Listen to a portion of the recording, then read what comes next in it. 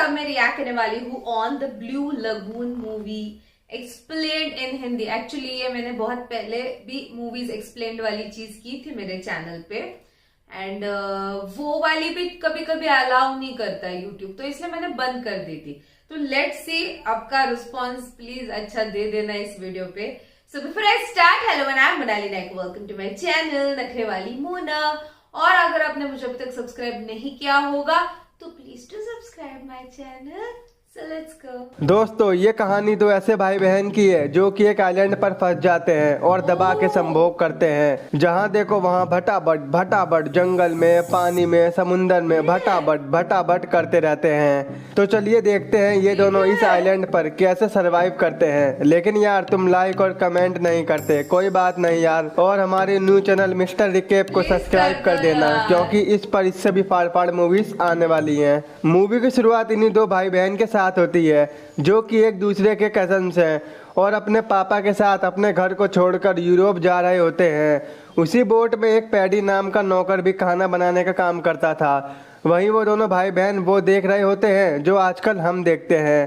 तभी पैडी उन्हें देख लेता है। वो कहता है ओम फोन डुराटे काट दियो और उन्हें खूब मारता है। तो एमलीन पैडी को रोकने लगती है। अचानक उसी बोट में आग लग जाती है और सभी लोग भागने लगते हैं।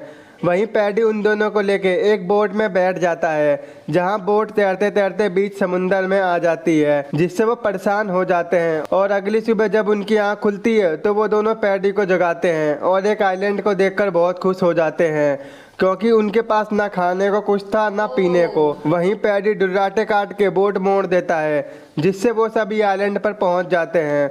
और वहां पहुंचकर पैडी को अपने खाने का सामान मिल जाता है और सभी खा पीकर मौज ले रहे होते हैं। इसके बाद पैडी रिचर्ड को जंगल में सरवाइव मतलब रहना सिखाता है कि एक आदमी एक आइलैंड पर कैसे अपनी लाइफ को सरवाइव कर सकता है। उसी रात पैडी को जोर जोर से आह आह की आवाज आ रही थी। वो उठकर देखता है जो कि वो आवाज आइलैंड के दूसरे साइड से आ रही थी। लेकिन अगली सुबह उससे रहा नहीं जाता। वो उस साइड देखने चला जाता है, जहाँ वो एक मांस का टुकड़ा देखता है, जिसे देखकर वो डर जाता है और रिचर्ड और एमलीन को वहाँ पर जाने से मना करता है। उसी रात पैडी ठर्रा पी के बच्चों के साथ झमाझम डांस करता है और पैडी फिर से आइलैंड के उस पार चले जाता है, जैसे कि उसकी लुगाई उसे वहां दे रही हो। जब सुबह होती है तो रिचर्ड पैडी को ढूंढने लगता है। वहीं वो पैडी को देखते देखते दूसरे आइलैंड पर पहुंच जाते हैं, जहां वो देखते हैं कि पैडी को यमराज ले गया है, मतलब ओम नमः शिवाय, पैडी आपके पास ही आए। पैडी को देखकर वो दोनों डर जाते हैं, क्योंकि उनके सिवाय इनका कोई नहीं था।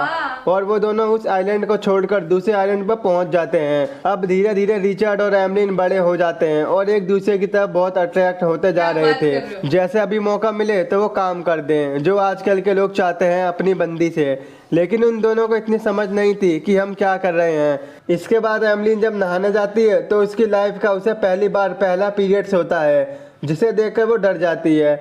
वो रिचर्ड को आवाज देने लगती है, लेकिन एमलीन को फील होता है कि ये ब्लड उस वजह से आ रहा है और वो रिचर्ड को वहां से जाने को कहती है। उसके बाद रिचर्ड एमलीन से पूछता है वो ब्लड कहाँ से आया था, कोई चोट तो नहीं लगी ना तुमको? जिस पर एमलीन कहती है मुझे कुछ नहीं पता। और यहीं से रिचर्ड को पता चलता है कि एमलीन मुझसे बातें छुपाने लगी है। और दूसरी तरफ एमलीन रिचर्ड के प्यार में पागल होती जा रही थी, जैसे उसकी तितली हैंडपंप लेने को तड़प रही हो। वहीं रिचर्ड की एक आदत बन चुकी थी, जब भी एमलीन नहाने जाती थी तो वो उसको छुप छुप के देखता था और रात में वो डिनर करके बहुत मस्ती करते थे। अगली सुबह एमलीन जंगल में घूम रही होती है तो उसे एक भयानक सी आवाज आती है, जिसे सुनते सुनते वो एक भयानक सी मूर्ति के पास पहुंच जाती है, जिसमें से ब्लड निकलता है। ये देखकर एमलीन डरकर वहां से भाग जाती है और रिचर्ड को सब कुछ बताती है, जिसे सुनकर वो बहुत गुस्सा होता है और कहता है कि अगर अब की बार तुम कहीं गई तो तुम्हारी टांगे तोड़ दूंगा। उसी रात एमलीन को एक सपना आता है, जिसमें रिचर्ड समुद्र में डूब रहा होता है और अचानक से उसकी आंख खुल जाती है। रिचर्ड को सामने देखकर एमलीन के प्यार में 500 घोड़ियों का प्यार आ जाता है। वहीं रिचर्ड भी अपने औजार को काबू में नहीं कर पाता और उसे किस करने वाला होता है, लेकिन एमलीन उसे दूर करके सुला देती है, सो जा मुन्ना सो जा। लेकिन जब काम इच्छा की शक्ति जागती है ना, तो बंदा बावला हो जाता है। रिचर्ड रात में फिर से एमलीन के पास जाता है, तभी एमलीन जाग जाती है और वो उसे भगा देती है, जहाँ उन दोनों को कुछ पता नहीं होता कि आखिर हम कर क्या रहे हैं। अगली सुबह रिचर्ड जंगल में घूमने जाता है तो एमलीन कहती है कहाँ चला बे? तो रिचर्ड मन में सोचता है तुझे क्यों बताऊं, तू तो देगी नहीं। लेकिन एमलीन भी रिचर्ड के पीछे पीछे समुद्र के किनारे पहुंच जाती है, जहाँ वो हैंड हैंडपंप नचा रहा था। उसे देखकर एमलिन कहती है ये क्या कर रहे हो? तो रिचर्ड कहता है निकल यहाँ से, रैप्टे ही दूंगा खींच के। और वो अपना मुंह लटका के चली जाती है। एक दिन रिचर्ड समुद्र में एक शिप को आते हुए देखता है, जिसे देखकर वो घर पर भागते हुए आता है। दरअसल रिचर्ड ने संकेत देने के लिए लकड़ियों का ढेर जमा कर रखा होता है, जैसे ही उन्हें कोई इंसान दिखे वो लकड़ियों के ढेर को जला के उन्हें बुला सके। तो रिचर्ड एमलिन से कहता है तुमने भी बोट को देखा था तो तुमने लकड़ियां क्यों नहीं जलाई? जिससे रिचर्ड गुस्सा हो जाता है। दोस्तों एमलिन यहाँ पर घुल मिल चुकी थी, उसका यहाँ से जाने का बिल्कुल मन नहीं था, इसलिए उसने ऐसा किया। लेकिन रिचर्ड को वहाँ नहीं रहना था और वो एक बोट बना के वहाँ से जाने लगता है। वहीं एमलिन भी सोचती है जा बेटा जा, कोई नहीं। लेकिन तभी रिचर्ड की नाव टूटकर समुद्र में डूबने लगती है, जिसे देखकर एमलिन काफी खुश होती है और हंसने लगती है। और जब रिचर्ड वापस आता है तो वो उसका मजाक बनाकर हंसने लगती है। वो कहती है मुझे पता है बेटा तुम समुद्र के किनारे क्या करते हो। तो रिचर्ड कहता है तेरी आह भी निकलवा दूंगा, तेरी चीखें भी निकलवा दूंगा, तुम ये गलत काम करती हो मुझे देखकर। तो एमलिन कहती है तुम भी तो मुझे नहाते हुए देखते हो, मुझे सब पता है बेटा। वहीं एमलिन रिचर्ड के सर पर नारियल फेंक के मार देती है, जिससे वो बेहोश हो जाता है। और जब वो उसे देखती है तो रिचर्ड उसे एक चांटा मारता है, चल झोपड़ी की। वहीं रिचर्ड एमलिन के सारे कपड़े फेंक देता है। वो कहता है ये मेरा घर है, तू निकल यहाँ से। जिसकी वजह से एमलिन को एक गुफा में रहना पड़ता है। अगले दिन एमलिन उसी भयानक सी मूर्ति को फूल चढ़ाने जाती है, क्योंकि वो उसे अपना गॉड मानती थी। और घर आते टाइम उसका पैर एक जहरीली मछली पर पड़ जाता है, जिससे वो काफी ज्यादा बीमार हो जाती है। जब रिचर्ड को एमलिन नहीं दिखती है तो वो उसके पास जाता है। वो एमलिन से पूछता है क्या हुआ? तो एमलिन कहती है कल घर आते टाइम मेरा पैर एक जहरीली मछली पर पड़ गया था, जिससे मुझे फीवर हो गया है। एमलिन को इस हाल में देखकर रिचर्ड को बहुत बुरा लगता है। वहीं एमलिन रिचर्ड से कहती है तुम मुझे उसी भयानक मूर्ति के पास ले चलो, वो मुझे ठीक कर देगी। उसकी बात मानकर रिचर्ड एमलिन को वहीं ले जाता है। थोड़ी देर वहीं आराम करने से एमलिन ठीक हो जाती है, जिससे रिचर्ड बहुत खुश होता है। वो दोनों एक दूसरे को कभी नहीं खोना चाहते थे। एक दिन हम जंगल में रिचर्ड और एमलिन के फ्रूट खाते हुए देखते हैं, जहां रिचर्ड एमलिन को उस नज़र से देखता है जो उसे चाहिए था। इसके बाद तो वो अपने आप से कंट्रोल खो देता है और एमलिन भी इस बार फुल साथ देती है और दोनों दबा के संभोग करते हैं और करते ही रहते हैं, क्योंकि उससे पहले केला जो खा लिया था। एक दिन रिचर्ड और एमलिन रात में आपस में बात कर रहे होते हैं, तो रिचर्ड बोलता है क्या बात है, तुम मुझसे क्या छिपा रही हो? तो एमलिन कहती है कुछ नहीं। तो रिचर्ड कहता है बेटा मैं देख रहा हूँ तू मुझसे बातें छुपाने लगी है। तो एमलिन कहती है यार मेरे पेट में बहुत दर्द और हलचल सी हो रही है। लेकिन रिचर्ड को भी इस बारे में कुछ पता नहीं होता। मैं बताता हूँ बेटा, दबा के केले खाओ, जोर से टपकाओ और 9 महीने की सजा पाओ। कुछ महीने बाद हम देखते हैं कि एमलिन का पेट और भी ज्यादा बढ़ गया है। वहीं रिचर्ड जंगल में घूमने जाता है तो उसे वहाँ अपने जैसे आदिवासी दिखाई देते हैं जो एक इंसान की बलि चढ़ा रहे होते हैं। और वो डरकर वहां से भागकर जब घर आता है तो वो एमलिन को एक बेबी के साथ देखता है।